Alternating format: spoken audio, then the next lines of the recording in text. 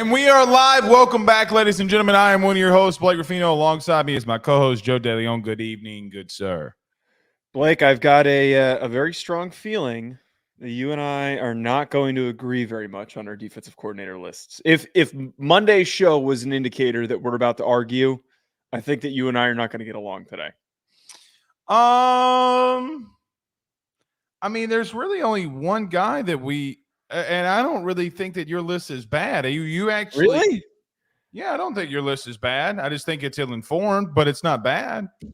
Okay, so there's the word that you're okay. Don't act all friendly in the open, and then when we come out of the break, you're going to start yelling at me. You're going to start, well, Blake Baker's not in here. That's the first thing that you're going to start telling me, and then I'm not going to say it.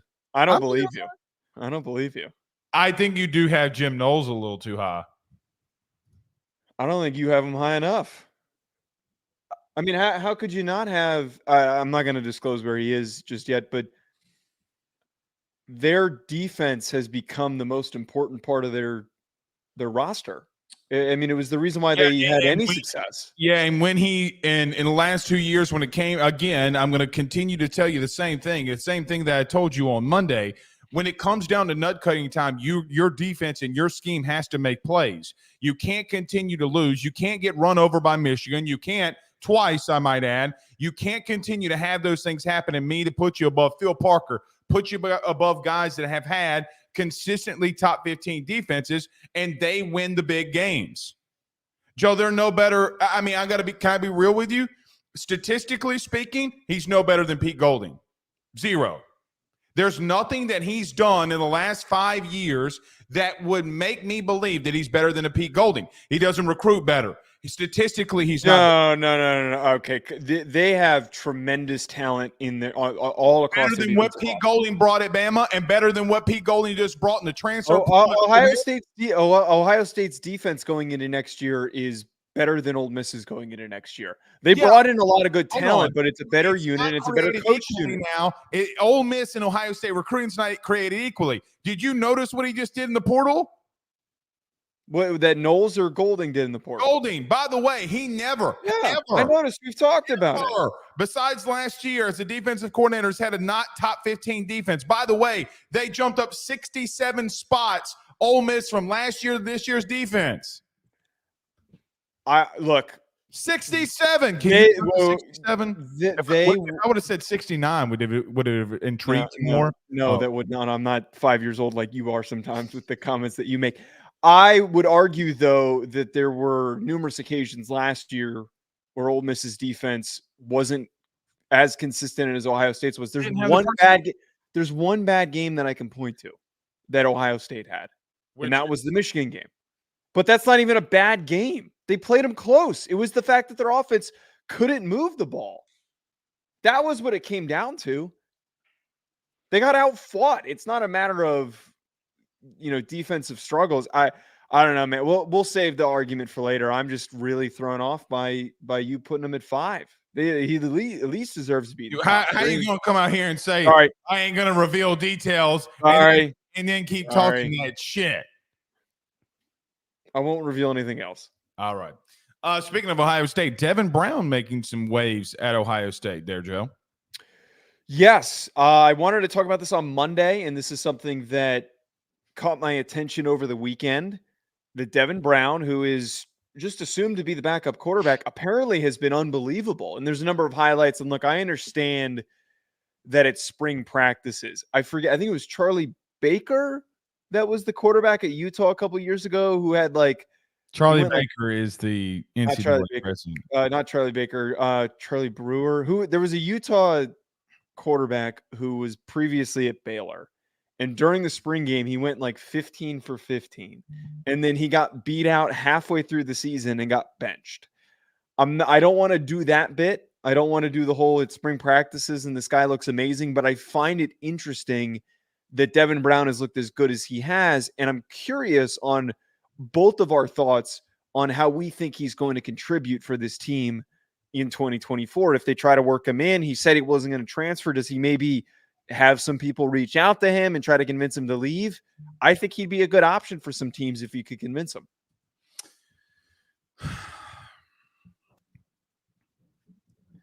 I don't want to buy. I'm not buying into it. I mean, he was pretty bad last spring. Like, we were talking about how they might not have anybody.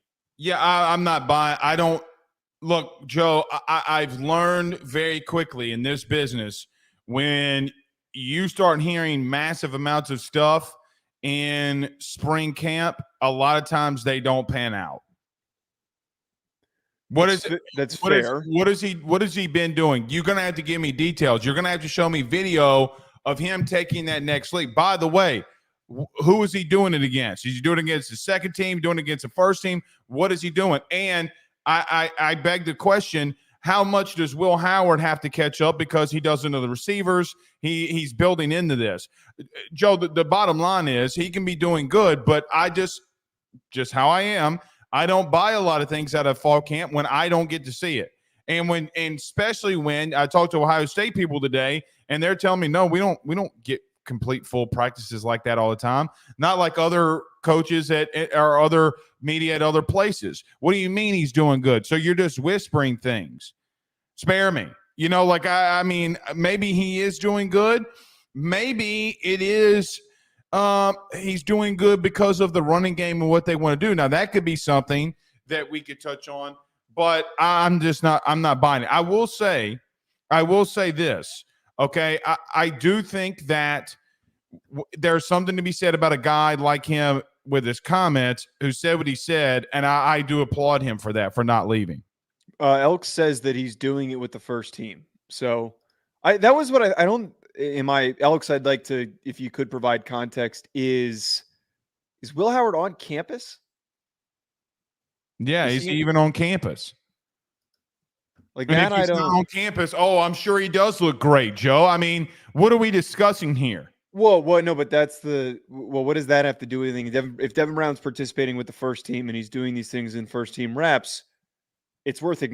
Again, I prefaced it by saying that I'm not going to go as far as to jump all in and be like, oh my God, he's going to start. He's going to be an all Big Ten player. No, I'm not going to do that. But I find it interesting. A guy who was a little bit of a lost cause last year, and the reason why they brought in Will Howard and why they're adding competition to the room and why they forced, holy crap. Why am I blanking on the name of the last quarterback?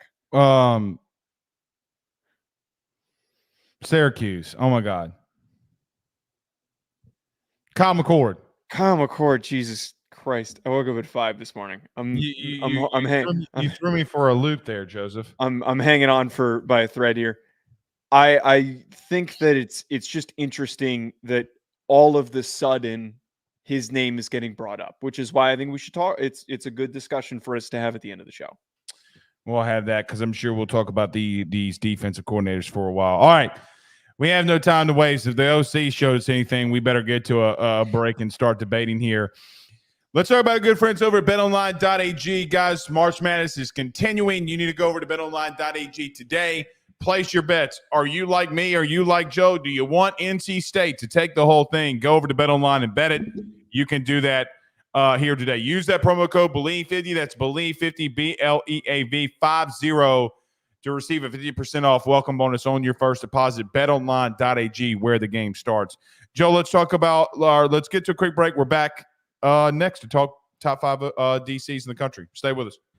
BetOnline is the fastest and easiest way for you to wager on all of your favorite sports, contests, events with the first-to-market odds and lines. Find reviews for all the news for each league, including Major League Baseball, NFL, NBA, NHL, combat sports, college sports, esports, and even golf.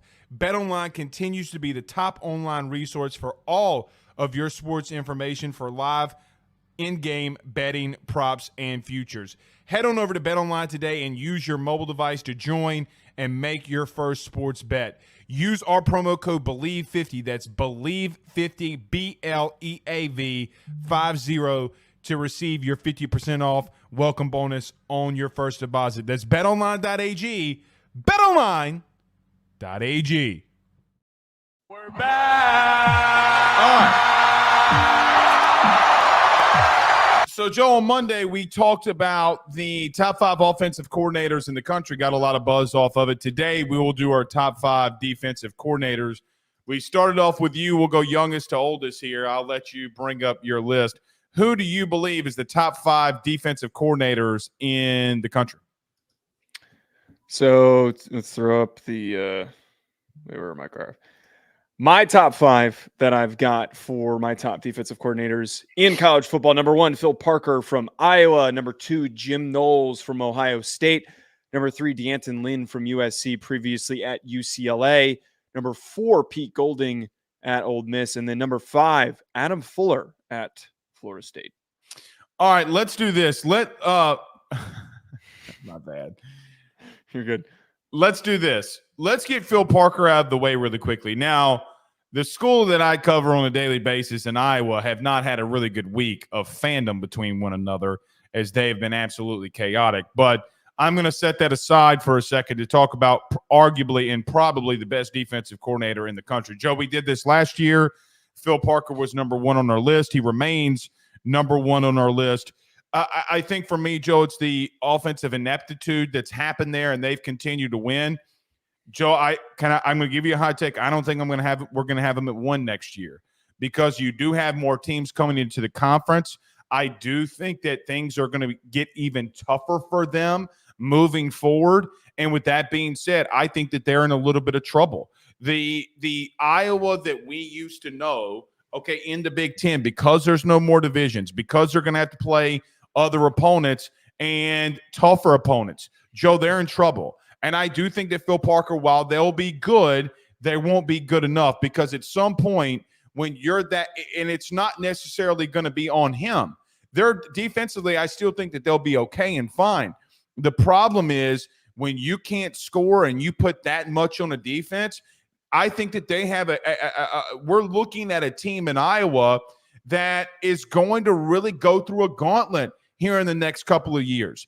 Even though I believe that Phil Parker is the best right now, and he's remained the best for us in the last 2 years, things aren't going to be easy anymore. You're not in Kansas anymore, Dorothy. You're about to start playing in a real top-tier conference with these other teams coming in. So, look, they were in arguably the weakest division, I'm not going to say in sport, but the division they were in was pretty weak the last couple of years. Wisconsin was down. Who is Rutgers? I mean, like, what are we discussing here? Nebraska. So I just look at them and say, Joe, for me, I still think he's really great. I think they recruit and develop really great. It's not going to matter now that you have new teams coming into the Big Ten. I mean, I think that your take on Iowa should be separate from the take that you have on Phil Parker, because yeah, their future outlook is completely up in the air, because it's not just going to be a week-to-week knock around against Minnesota and against Illinois and these crappy teams. Okay. Let me rephrase what I'm saying then. I don't think he's going to get away with playing bad teams every week, and he's going to get a little bit exposed. I don't think he's going to get exposed. I think that Phil Parker has proven over how long he's been a defensive coordinator at Iowa that even without premier talent, he is still able to coach a really good defense. I think the perfect example is the Big Ten championship game. Their offense was dog shit. There was no expectation that their offense was going to really do anything. That is a separate joke that we've spent plenty of time laughing about. But the way that they were able to make Michigan look more human than most of the other opponents that they saw, I think is pretty notable. And if I remember correctly, I don't think Cooper DeJean was like really fully healthy and available for that game.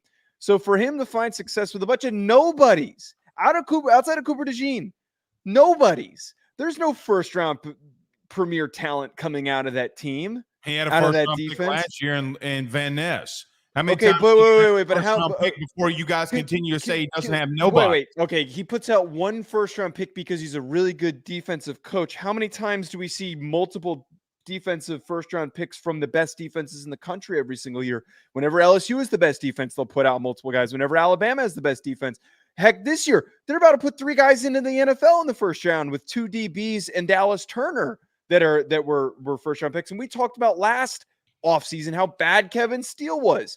All I'm trying to say is that he has had one premier player and then he has had nothing to work with. He has consistently been, just from a schematic standpoint, one of the most disruptive and difficult to keep up with defensive coordinators in college football, and I don't think that's going to change until he retires. They're going to stagnate because their offense is going to be mediocre and they're going to have to play harder opponents. But I still don't think that their defense is going to shift very much. When you have to play teams like Washington, Ohio State, and you're going to have to start playing others, you're going to get exposed. Because, Joe, after a long season, you don't think Ohio State, Washington, UCLA, those teams that are going to be able to score on them, that they're not going to get exposed? I mean, I would actually I think the inverse is the reality here, that teams like Washington and Oregon that have had such easy offensive proficiency playing against good-ish defenses are suddenly going to be challenged by a defense like this. If they can't score on Nebraska last year, do you? That has nothing to do with their defense. We're talking about their defense. It does. See, here's the problem that I have when we have these kind of debates. Oh, their offense has nothing to do with their defense. It's a team game. It didn't matter last year. It didn't matter last year when they were. It didn't. Can I tell you why it mattered last year? I would statistically weren't they still one of the defense kept them in the game versus Michigan? Yes. Yeah. Okay. So what ultimately happened? They could not move the football, and then later on got exposed by a very faulty J.J. McCarthy. Despite being on the field most of the game, their defense still consistently stays stout and strong. I just don't agree. But why did you put him at number one if this is what you think? Because what he has done. My take could be wrong. I could be 1,000% wrong on what happens. I'm going based off of what happened and has happened the last couple of years. I agree with everything that you said. I think they've been stout. I think he's developed lowly talent. I think he's putting in first-round picks that we had no idea he's going to put in the first white corner that we've seen in the first round maybe ever. Okay, I agree with you there. I'm just not buying the Iowa stock right now because at some point that's going to fall. I'm telling you, with these new teams, it's going to fall. When you can't score and your defense is on the field every single week and they're having to keep you in the game, now, Joe, the opponents get tougher, right? Like, it's like me saying, okay, imagine being in the SEC East before Georgia became Georgia and playing in the SEC West. There was a reason why Jim McElwain's Florida kept getting to the SEC championship game. Want to know why? Because the division that they were in sucked. He doesn't have that excuse anymore when he's going to have to play teams that have dudes like Washington or like Ohio State. I'm going to be honest with you. This is the worst argument you've had on the show. I'm not trying to be an asshole, but like, this is one of the worst arguments you've had on this show. We're talking about defense. We're talking about a defensive coordinator who is a great defensive coordinator. So if you're on the field longer because your offense of ineptitude is not good enough, they've already been doing that. They've already been doing that. We've watched them. They're going to be fine. Against whom? Against Michigan when they've had to play Michigan. They're in the regular season against whom? Okay, obviously against whom? Against the Big Ten. It's obviously that they're playing lesser, weaker opponents. But I don't think just throwing in having to play Washington or Oregon once a season is suddenly going to make things harder.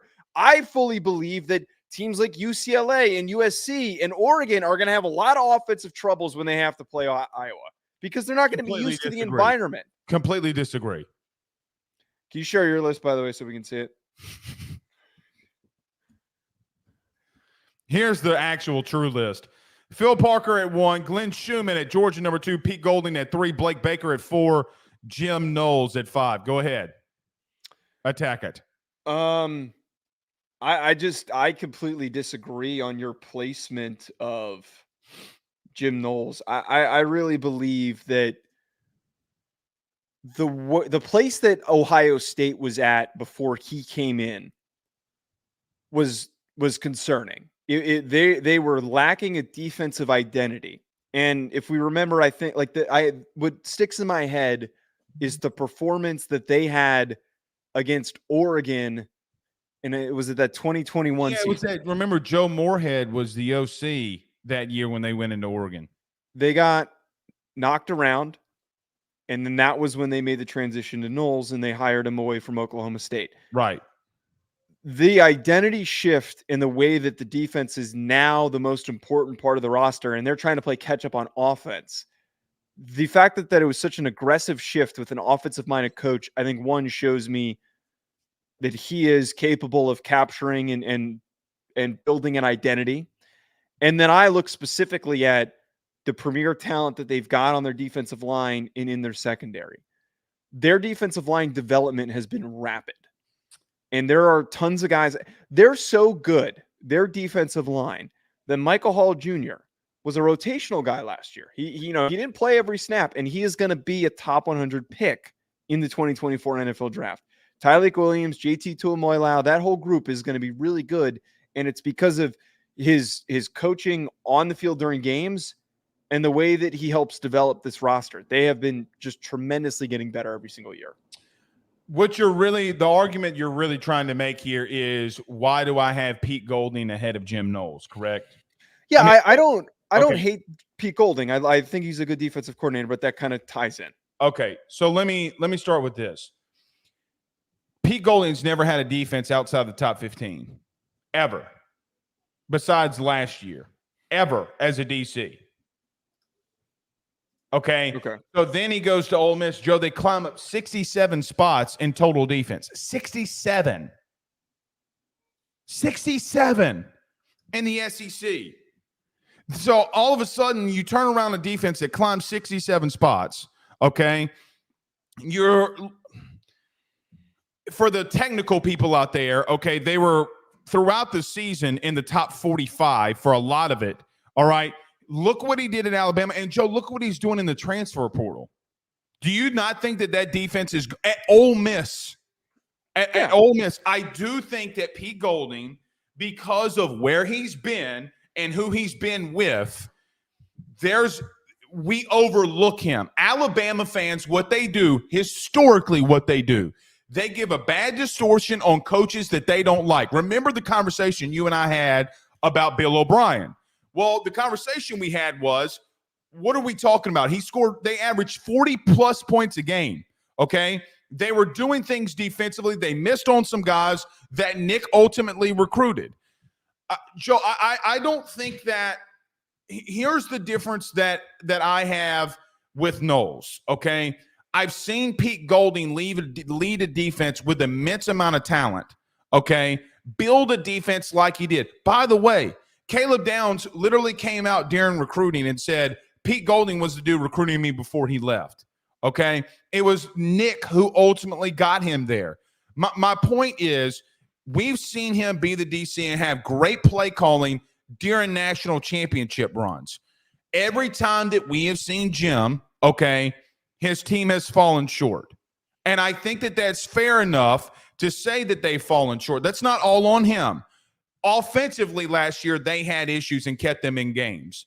But at what point do I look at a guy like Pete Golding, who has 2 or 3 national titles, and now is at Ole Miss, climbed them up the ranks that they did, and what he's doing in the transfer portal? Joe, all we could talk about during the offseason when it came to the portal was what Pete Golding was doing at Ole Miss. Joe, there's a potential they're going to be a top 15 defense this year.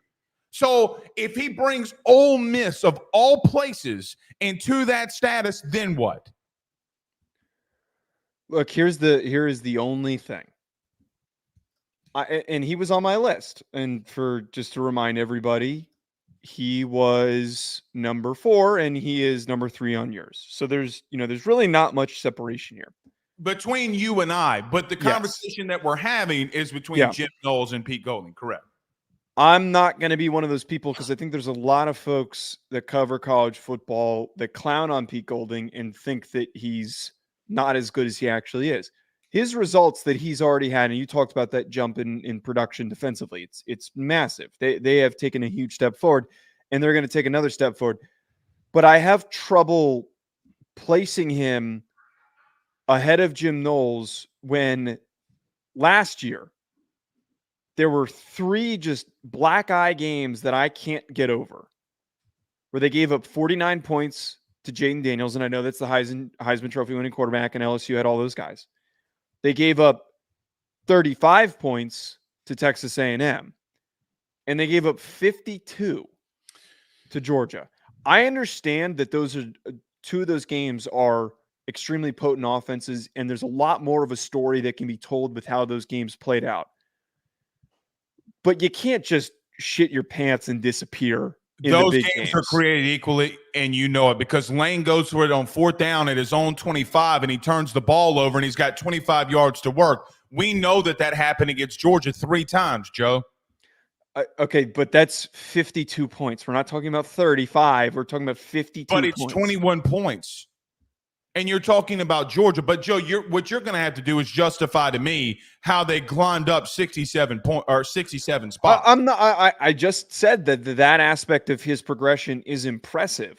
But I'm just reiterating the fact that his slate for me to be in the top 3, you need to have like a really good season, like an almost unscathed I think climbing season. up 67 spots is more than amazing. Joe, I think it's amazing, but he's still the results in some of these games. I remember these games. The way that they played defensively against LSU was pretty plausible. First year, hold on. Jim Knowles' first year at Ohio State. What happened against Michigan in the second half? So you're picking one game? The best team that he played, Joe, and you know that the Big Ten and teams like Michigan and Ohio State don't. Max Johnson scoring 35 points on where was Max Johnson even the quarterback for Texas A&M that game? I don't remember. I think he got hurt. They got their asses whooped defensively by Texas A&M. Joe, like that to me is the Max Johnson did play in that game. You've literally seen Max Johnson beat teams and keep Bama, like almost beat Bama 2 years ago. It's Max Johnson, and it was a dog shit Texas A&M team last year that was directionless.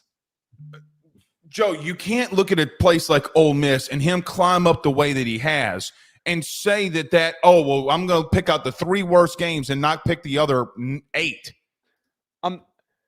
Again, I am not. It was not his fault against Alabama, right? Like it was not his fault.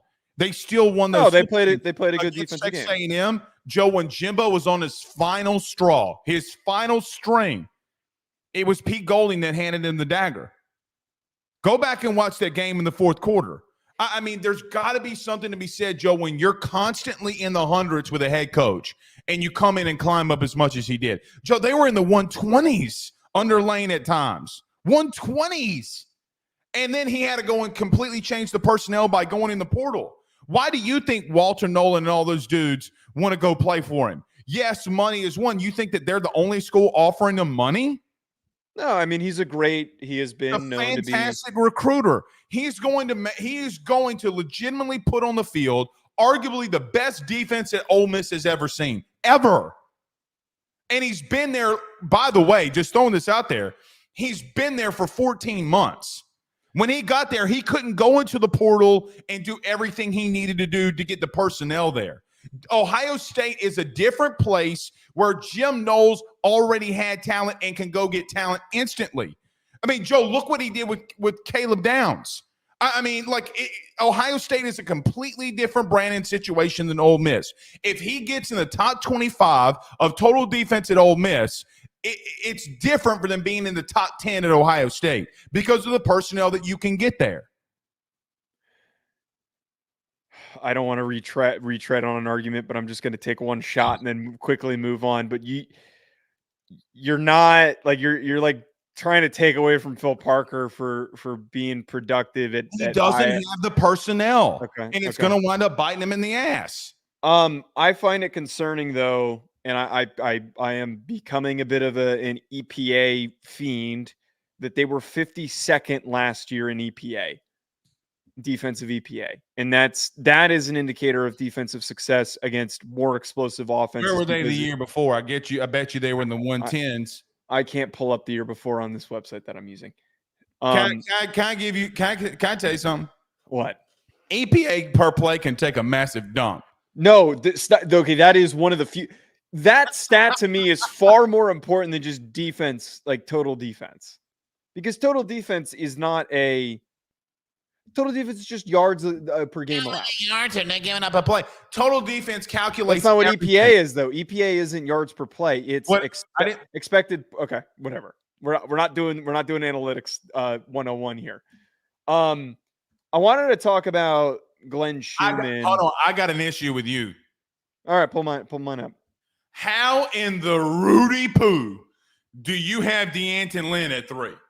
So you're sitting here arguing about Pete Golding, and you got put DeAnton Lynn at 3.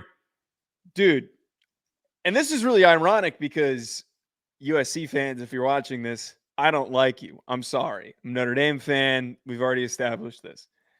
But I really like DeAnton Lynn. I really, really like him as a defensive coordinator. I think he should have been the UCLA head coach.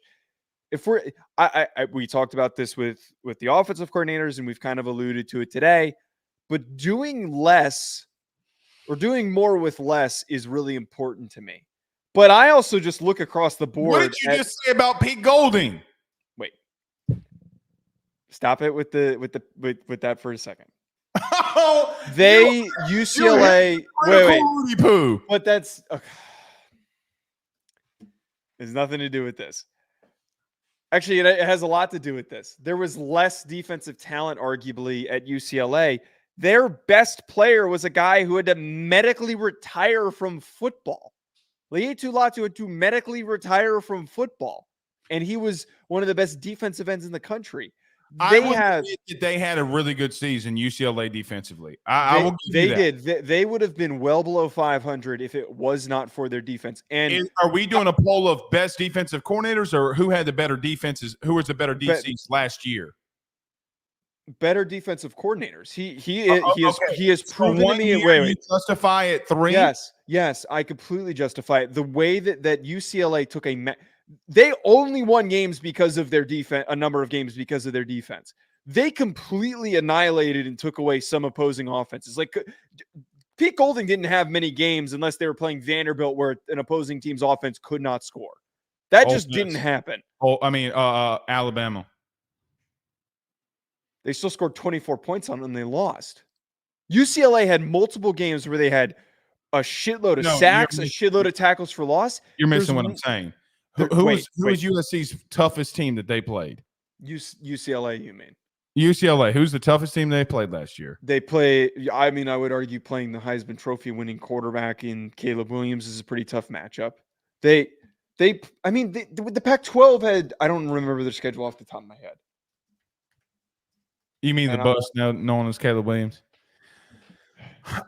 They still played a Pac-12 schedule last year in a year where it was one of their most competitive seasons. They only gave up 7 points to Utah. They gave up.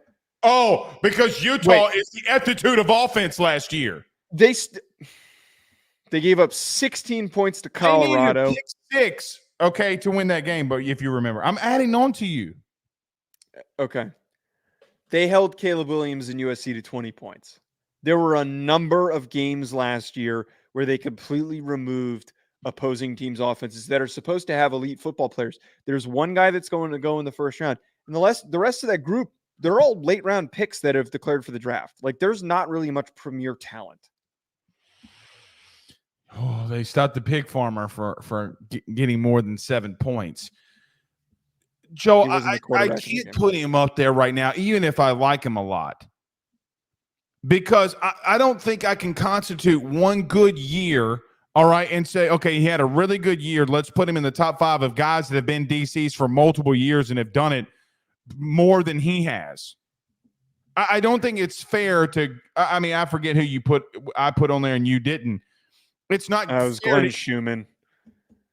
Glenn Schumann. Joe, I want to wait to talk. I want to wait to talk about him. How in the Rudy Poo can you put DeAnton Lynn above Glenn Schumann? Okay, this is a take that I think you're gonna. God. Wait. This actually isn't a take. This isn't even a take. This is legitimately like a question. He was a co-DC, so like I just don't know. Calling all of the plays, and you know that. Why does he still have the co-DC title? I don't know why he does. We're obviously not in the coaching room, and we don't really know the full dynamic of the coaching staff. I'm not like Dan Lanning had co-DC with Glenn 'm not saying that it is detracting from his ranking and his placement for me. That's not what I'm saying. You don't even have him on there. Let me finish what I'm trying to say. All I am bringing this up is it's a legitimate question is like, should we consider somebody that's not listed as a full-time defensive coordinator? Hell yeah, he's calling plays and you know that. But why is he listed as a co-DC? Like, that's what's like bothering me. It feels weird that like I'm picking a guy that's Joe Brady was a co-OC in 2019. Did you take anything away from him? No, I didn't. But why was he listed as a co-OC? Because titles don't mean shit. They're giving T-Rob a co-DC title for a pay bump and for recruiting. And you know that. Glenn Schumann is calling the defenses. And by the way, you have the Oregon head coach who had a co-DC with him, literally Glenn Schumann at Georgia. It's just how Kirby sets it up. I don't know what to tell you here. This is less of me trying to put up a fight with you. All I'm saying is like I put him right at 6 because he is not listed as the sole defensive coordinator. Oh, as the sole defensive coordinator. Can I finish? Would you agree that Georgia's coaching staff has an unbelievably ridiculous, deep support system, specifically on the defensive side of the football? Would you not agree with that? You legitimately came in this show months ago and said we should consider Glenn Schumann as the next Alabama head coach because he's from there. No, we were talking. Wait, we were talking about like unexpected names. But you threw it in there. So, because we were listing unexpected, unlikely names. That was the point of the. Don't pull me out of context like that. Oh, that's not out of context, and you know it's not out of context. We literally listed, okay, who were some random people that could, like, out of nowhere that we were like, holy shit, how did this guy? Liar, pants on fire. We also didn't name Kalen DeBoer. So we're both fucking wrong. Excuse me. You named Kalen DeBoer for Michigan. You didn't name him when we talked about the Alabama shit. I said he'd be on the move. Okay. All I'm trying to say is, though, I don't think it's wrong to put a guy at 6. Okay? Because he is. Lynn there, it is. It's in all seriousness, because we're kind of just playing around here. In all seriousness, it's horrible to have D'Anton Lynn at 3 above Glenn Schumann. Joe's the defensive coordinator and call plays when they won back-to-back national titles. I mean, for crying out loud. Yeah, but he's got a way better support system and coaching staff around him than D'Anton Lynn has.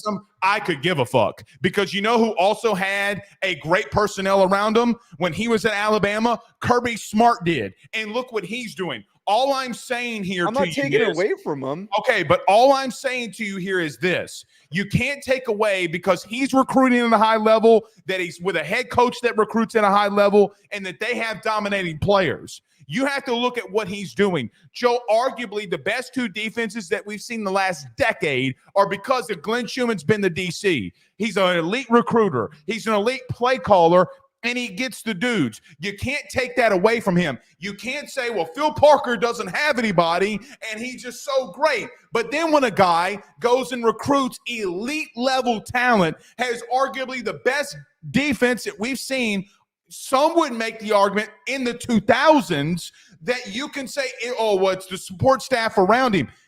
It's worse for him because he's under such a high microscope. If Iowa loses a game, if UCLA loses a game and you make a wrong call, quite honestly, nobody in the country gives a fuck if Phil Parker makes a wrong call or D'Anton Lynn is. There is no way in human hell that you can put D'Anton Lynn over one good year when a guy has more national titles as a DC than D'Anton Lynn legitimately has at years as a DC in general. He was the only reason why UCLA was kept alive last year when Chip Kelly completely fucking mailed it in, just like completely, gave up and stopped trying. I asked you earlier, is this the top DCs in the country or is it about last year? You cannot. The top DCs in the country. Okay.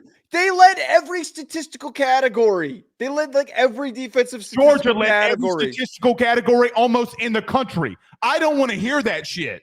You're acting like I'm putting him at like 20. I have him at 6 because he's on a really great coaching staff. Let's take everything away from Kirby Smart when he was the DC at Alabama because Nick gave him a good supporting staff. But those are not related. That's not related. You have a coach that won back-to-back national titles. Please, dear God, tell me how that's not related. How long was Kirby Smart the defensive coordinator at Alabama? A decade. How long is Glenn Schumann? He's 34 years old. How long has he been the defensive coordinator? Co-DC, I think 4 or 5 years. The last 3 years, if I'm not mistaken, he's been calling plays. God forbid I'd rather rank a guy who managed to lead the country in a number of important statistical categories, was the only reason why their team won games with mediocre talent compared to somebody who was successful, and I'm not taking away their success, but had 5 stars and an incredibly deep roster, and also a head coach who is a brilliant defensive mind and was one of the better defensive coordinators in the past decade or 2 decades in college football, and then also has a co-title and is sharing some responsibilities, whatever we want to name them or not, with other members of the staff. Joe, earlier you said that my take was the worst you'd ever heard. No. I love you with everything in my heart, but I'm sorry. I've never heard a worse take. It's not a bad take. He's calling the plays. I'm not taking that away from him, and I didn't argue that he's not calling the plays. Oh, okay. So he is the DC. He is the guy that he still has the DC title. So he's a play caller, and he's got the title of DC, does he not? He does, but he was the DC for back-to-back national titles. Joe, again, D'Anton Lynn, with all due respect to D'Anton Lynn, he has no business whatsoever remotely on this list right now. Okay, but wait. You know what I'm going to do? You know what hold on now. You know what I'm going to do when USC is ass next year? You know what I'm going to say, right? What? That you can't. How could you put him there over Glenn Schumann? They're not going to be defensively. They're not going to be ass. If they have problems, it's going to be because of Miller Moss. I mean, you put blind faith into Miller Moss after one football game, but you won't put faith in D'Anton Lynn. Hold on, say that again now. You put faith in Miller Moss after one football game, but you don't want to put faith in D'Anton Lynn. Because they have offensive personnel, Joe. D'Anton Lynn took a Prius on the highway and was going 120 miles an hour, and Glenn Schumann had a Ferrari, and of course he's going to beat the Prius. Like, of course he's going to get further than the Prius. But the fact that they were neck and neck and not far off from one another is an accomplishment. Forgot about Glenn Schumann on your list, and now you're fighting. I read your list when I put mine together. You texted me at 10 a.m. I put mine together at 3 p.m. I debated with, and he was on my list last year. Okay, I don't have a defense there. Okay, you got me. I don't have a defense on that one. Joe, let's be real. He's got to be in there. Can I be honest with you? Here's the truth. If I put Glenn Schumann at 1, I could still make the debate. I mean, how to each their own. No, you know what happens is that we have a play caller, and when you have a coach like Kirby, and I mean have a head coach like Kirby, and this ironically, Joe, this is funny, and it's history repeating itself. Joe, because Kirby Smart was a DC against Nick, he got passed over because he had never been a head coach. The same thing, Joe, I could make the argument damn near the same thing is happening to Glenn Schumann. I don't disagree that Glenn Schumann is a good. So are you going to, let me ask you this question, knowing what you know now, would you keep Kirby Smart off this list ever? No, because he was at Alabama for a very long time, and he was a defensive coordinator for a very long time. No, the first time that he was a coordinator was with Nick at Bama. And he didn't get full responsibility until Nick gave him full responsibility about 5 years in. Okay, but I don't think it's wrong to prop up somebody who is in a much more difficult position to, like, it's like you have two interns coming into a company, and one intern's dad works at the company and went to Harvard, and the other one, went to a state school. How are you comparing this to nepotism? I'm not comparing it to okay, forget the dad thing.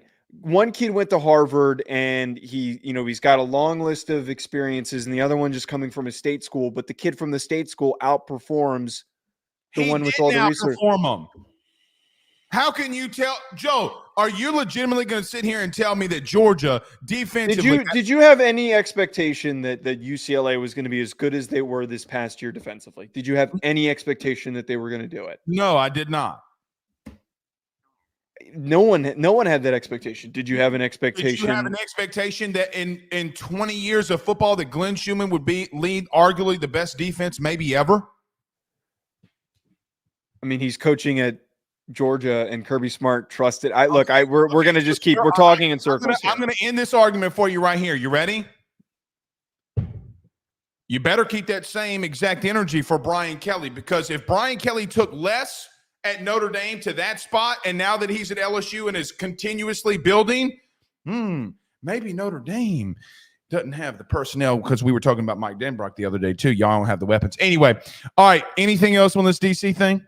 I want to quickly bring up. I have on here Adam Fuller, and don't disagree. Okay, so you agree that Adam Fuller is a good defensive coordinator? I just don't disagree with the pick. You can put Blake Baker in there for me. You could put in Adam Fuller. I could give to Rudy Poos. Wait, so you and I just yelled at each other about how D'Anton Lynn has 1 year of production, but like, what did Blake Baker do the year? He was also the DC at Miami with Manny Diaz. The last year that they won 9 games at Miami. And if I'm not mistaken, they ended with like a top 20 defense. I just don't think that there is like there's not much more evidence. That year that he did that was the year that they almost beat Clemson, who, by the way, got to a playoff. Oh, and by the way, the last 2 years in Missouri, you want to talk about winning games? Can I use your own logic against you? Sure. Did you know before the season, you're going to be different because you do draft stuff?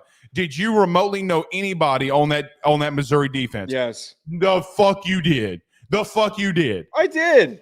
I knew who Darius Robinson was. I knew who Darius Robinson ran a 4.740 at the combine. He's taking look at my tweets. Mechanics. Go look at my tweets. I posted tweets in July. When I said put Fuller there, I don't care. But he took an auto mechanic and made him a defensive end, and he almost led the conference in sacks. We should hit the break and talk about Devin Brown. Jeez. You didn't want to listen to me earlier. You're like, whoa, I think our lists are pretty. We're gonna agree. You didn't try. No, you came in saying a bunch of craziness. I felt the energy coming into the. I knew that there was going to be tension, but you didn't want to trust me. That's why the show's great. It's a good break. Let's talk about our good friends over at Home Field Apparel. Devin Brown is going to be the QB1 at Ohio State. We do that next. Ruffino and Joe Show is brought to you by Home Field Apparel, which is the best, without a doubt, premium collegiate apparel brand that is out there. They have over 150 different colleges that you can choose from, whether you're an Illinois fan or a Rutgers fan, maybe you're an LSU fan like Blake, or maybe you're an Alabama fan. Whatever it is, even Idaho, they have so many different designs for so many different football programs that I can guarantee you're going to find some great stuff to help root for your favorite team. I've already gotten my Notre Dame stuff. Blake has his LSU stuff.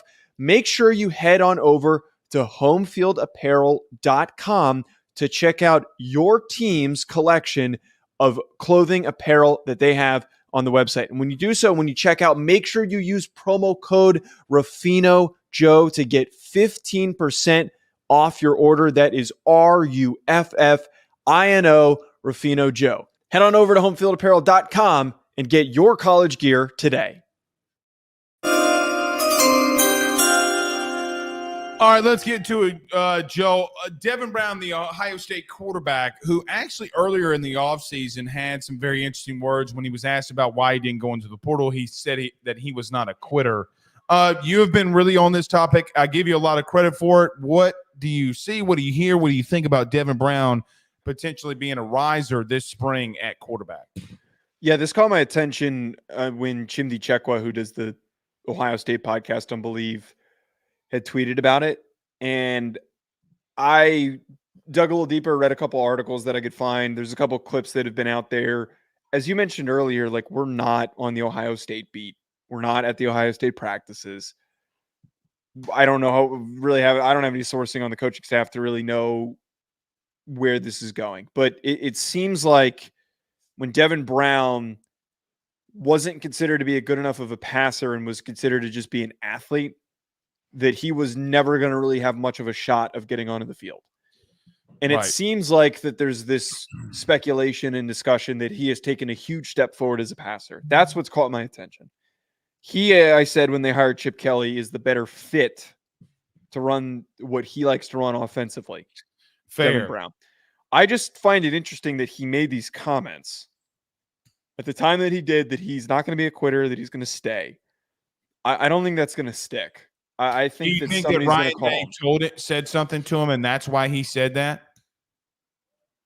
As in, told him he still has a shot?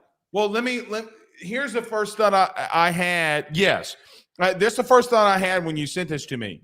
Okay, when he had the comments about I'm not a quitter, and do you think that maybe that Will Howard might just be a backup piece and Devin Brown might be the guy that they're trying to develop and get ready for the season?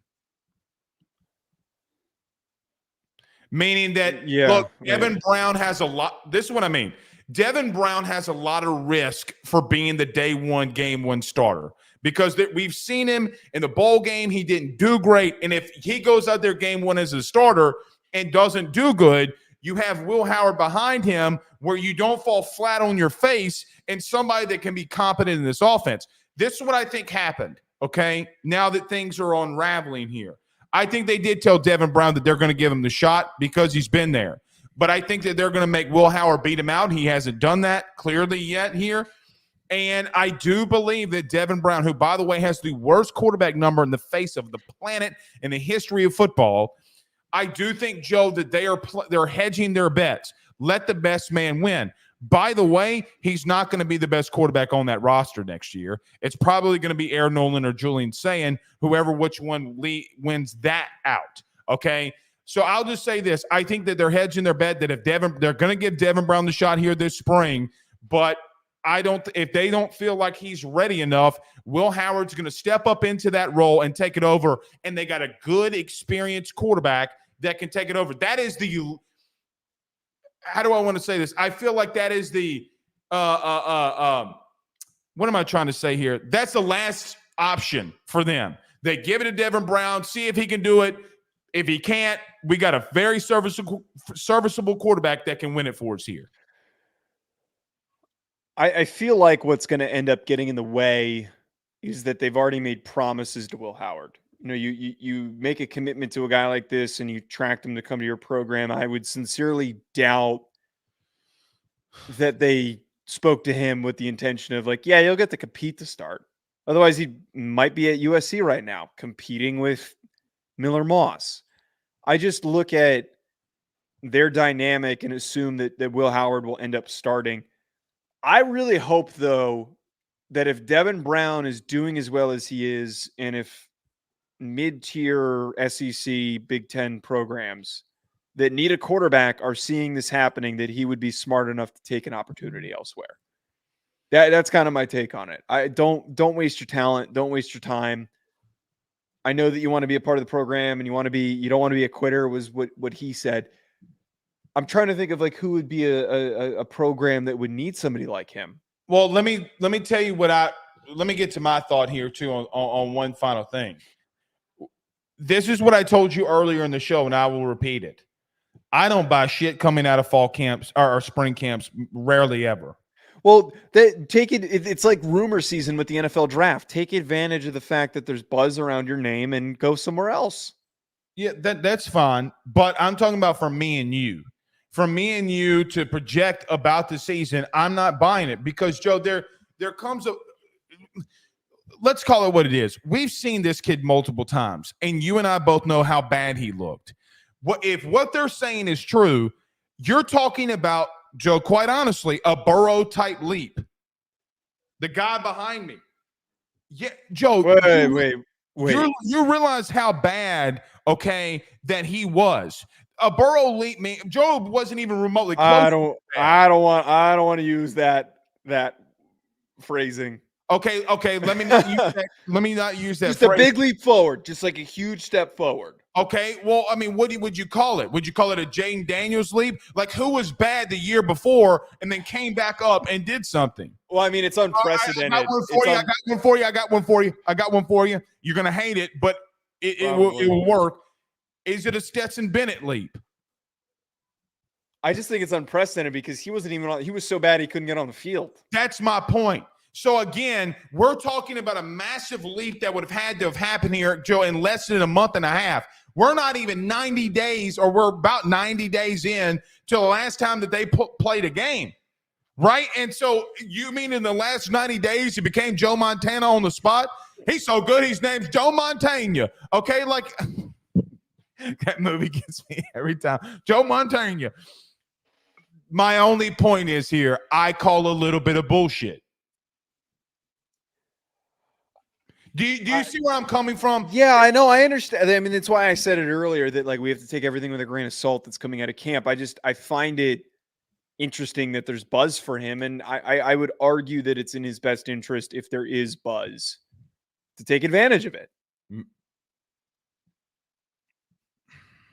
Like him sticking at Ohio State, if they're making him compete, is just it's silly. And I don't know who off the top of my head, like Julian Sain's gonna wind up winning that thing. If they really opened it up, Julian Sain would win it. Well, I mean, I find it interesting that you hyped up the Will Howard edition, and then now. No, I'm talking about like if I think regardless of what Will Howard does, he'll play. Can I tell you, Joe, why go and get him? Why go and get Julian Sain? No, why go and get Will Howard? I mean, that's the massive question. Well, they wanted an experienced player in the room. No, you and I both know why they went after Will Howard. What is it? Because of Kyle McCord. And because Devin Brown stunk.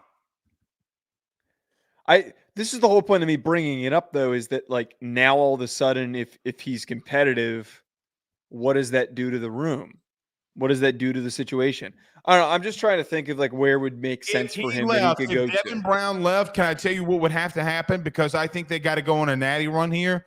They would have to go into the portal and grab an older quarterback, regardless of how good he is or not. Yeah, I mean, you want to have depth. You can't turn over. It's not about depth. They got enough depth there. They got to go get some experience. If Julian Say and Aaron Nolan is your second quarterback and your aspirations are to win a national title, Trevor Lawrence does not come around every year, buddy. Sure. Yeah. By the way, Trevor Lawrence, Julian Saying could have a meteoric rise. Where remember, Trevor Lawrence did not start the whole year. He was 6 games before he got his first start. Right. Well, I just don't know if Julian Saying's on that same level just yet. Well, okay, wait. Here's a really good example. Bro, how about this? Wait. If Devin Brown looks as good as he does, would he not start at Auburn? Oh, fuck. That's a good fit. That's a great fit for Hugh Freeze. Peyton Thorne stunk. And I haven't heard a goddamn thing Brown about it. Was worse. Here's a question about Peyton Thorne. We got 30 seconds. Why would Hugh Freeze stay with him why would he stay with him? They tried to go get everybody, and they couldn't. They got beat out for Cam Ward and all these guys. From Liberty, I'll admit. All right. Awesome. We'll see y'all on Sunday. Horrible show, Joe. You made me emotionally hurt. It's almost season time, baby. All right. I'm just joking, guys. He didn't. We'll see y'all on Sunday. Y'all have a good one. Peace.